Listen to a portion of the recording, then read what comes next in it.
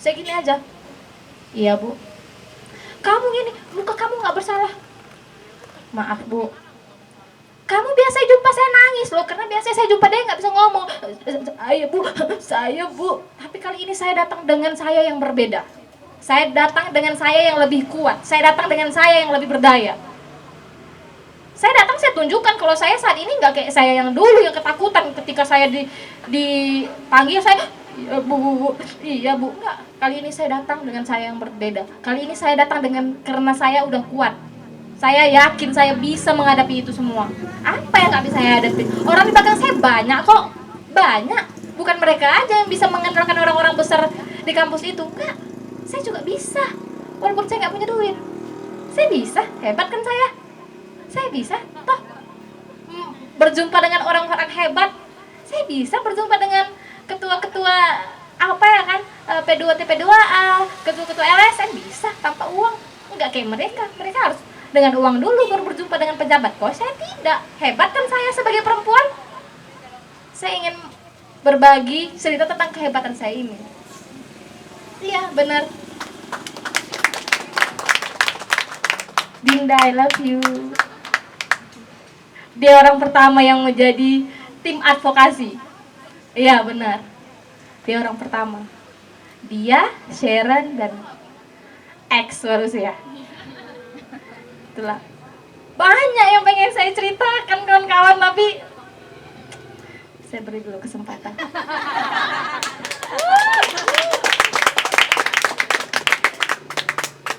Luar biasa Kamila. Oh, mungkin teman-teman kita bisa lebih sharing lebih dalam lagi, lebih intim lagi sama Kamila di lain kesempatan. Dan Kamila tentu sangat terbuka ya untuk kita sharing, untuk cerita dan berbagi, saling menguatkan seperti itu ya teman-teman.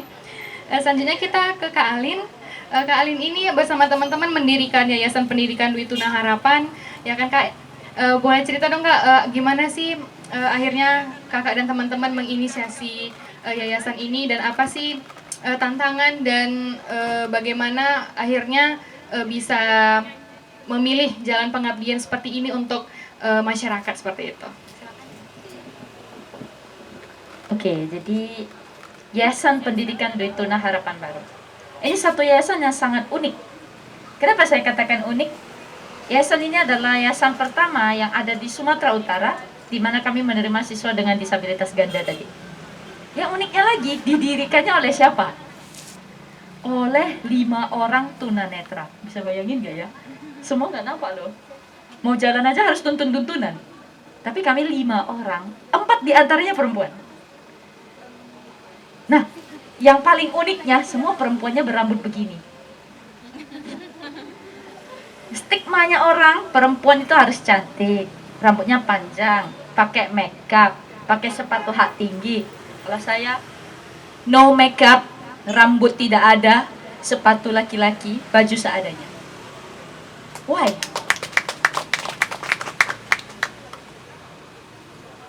So, why? Jawaban pasti pertanyaannya why. Kamu gak pengen apa secantik kayak Paramita Rusady mungkin? Jawabannya adalah pengabdian.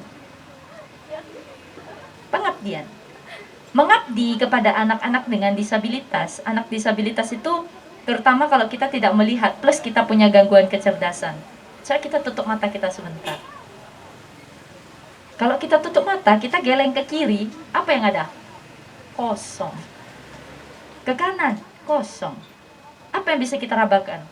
Gak ada. Kalau saya raba-raba di sini, apa saya dapat? Hanya angin. Karena itulah anak dengan disabilitas, terutama yang siswa-siswa kami itu sangat agresif. Dia menganggap saya adalah enemy, padahal saya udah sayang dia loh. Oh, anak saya sama ibu yuk. Wah, yang terjadi adalah rambut ibunya ditarik, ibunya digigit. Kadang-kadang anak ini penasaran, ibu ini rasa apa ya? Apa ibu ini bisa dimakan? Kemudian ibu dijilat. Itulah sebabnya bahwa kami berpenampilan seperti ini. No makeup, no pengharum apa segala macam, supaya tidak menjadi bahaya atau racun bagi anak-anak kami yang menjilat kami, mencium atau menggigit kami. Dan juga kalau dia jambakin rambut kita, nggak merasa sakit. Ada yang dia makan rambut kita lagi, karena dia mikir, apa ini apa panjangnya? Mungkin sejenis mie ramen kali ya. Karena dia tidak melihat dan dia tidak memiliki konsep mengenai orang lain. Jadi kami memberikan konsep. Kita teman. Ibu sayang kamu, kamu sayang ibu. Karena itulah pelajaran kami ada namanya to love. Kamu sayang teman, teman sayang kamu. Bahwa ada konsekuensi kamu menjambak teman, beda dengan konsekuensi kamu menjambak guru. Nah, disinilah dilihat bahwa perempuan itu mempunyai ketangguhan sendiri. Karena perempuan rela dia, rambutnya habis, rela dia dicakar, rela dia dipukul. Sedangkan ada guru yang laki-laki mungkin bukan dia tidak rela, hanya saja mungkin dia merasa ada pekerjaan yang lebih dari sini. Karena kekuatanku kan besar, masa aku kerja ngajari anak SLB. Ada juga gengsi. Aku kan laki-laki, masa aku ngurusin anak kecil? Aku biasanya kan cocok kerjanya nyupir ini mobil yang besar kali itu. Nah, jadi masing-masing itu ada gengsi. Jadi bukan laki-laki itu lebih kuat, tapi dia mungkin punya gengsi. Sama seperti perempuan. Kenapa perempuan gak mau kerja di bengkel? Jawabannya gengsi lah, nanti pedicure, medicure ku ini runtur. Seperti itu. Jadi semua itu patriarki itu dimulai juga dari, kalau kita ya orang psikologi mengatakan adalah subconscious mind ya, di bawah sadar kita sudah ditanam sedari dini bibitnya. Ketika kita tanam pohon mangga, gak mungkin tumbuh buah jeruk. Dari kecil ditanam, kamu perempuan tuh cantik loh, nak duduknya cantik, nak cantik. Kalau laki-laki, kamu laki-laki jatuh dikit aja kok nangis. Padahal sebenarnya dia mungkin butuh dukungan psikologi. Tapi karena benihnya sudah ditanam, kamu laki-laki, masa jatuh segitu nangis? Apa ya kamu? Udah disiram dengan kehidupan, dia ditempa. Kerja kamu. Tapi kalau perempuan, iya sayang, kamu yang cantik, ya yang cantik. Nah, itulah yang menyebabkan bahwa kadang-kadang perempuan dan laki-laki itu menjadi satu ketimpangan atau menjadi dia merasa lebih baik daripada yang lain. Padahal sebenarnya kita sama. Jika kita berjuang, kita mampu. Kita memahami anak kecil. Semua orang bisa memahami anak kecil. Dia mau papanya, mau mamanya, itu harus bisa memahami anak. Itulah makanya Harapan Baru mempunyai program yang unik juga, di mana papa, mama, dan orang terdekat dari anak harus ikut menyusun program pendidikan. Ya, sekolah mana yo yang ada orang tua yang nyusun program pendidikan? Biasa sekolah yang nyusun program pendidikan siapa? Pemerintah, guru. Nah, pemerintah sama guru kenal nggak sama anak? Nggak kenal. Siapa si Budi? Yang kenal siapa?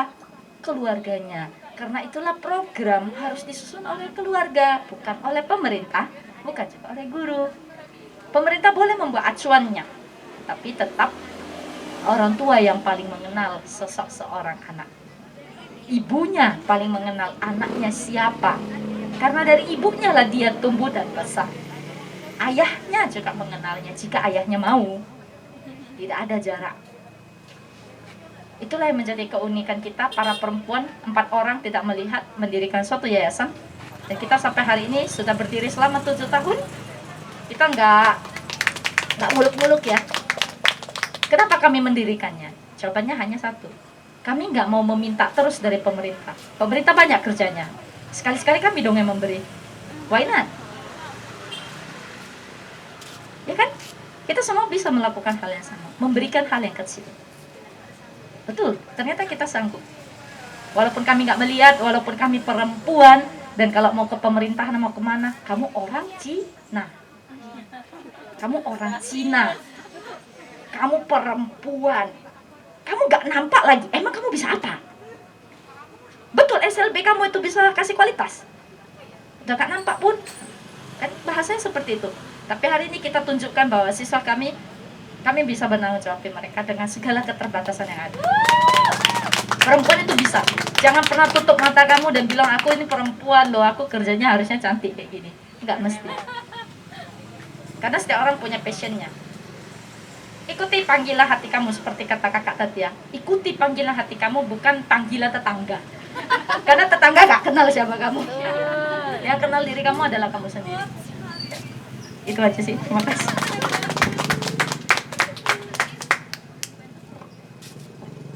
Dan juga Kak Alin dan teman-teman ini sudah mendapat penghargaan The Best 7 Inovasi Partisipasi Masyarakat dalam Pemberdayaan Perempuan dan Perlindungan Anak tahun 2019. Kayak gitu.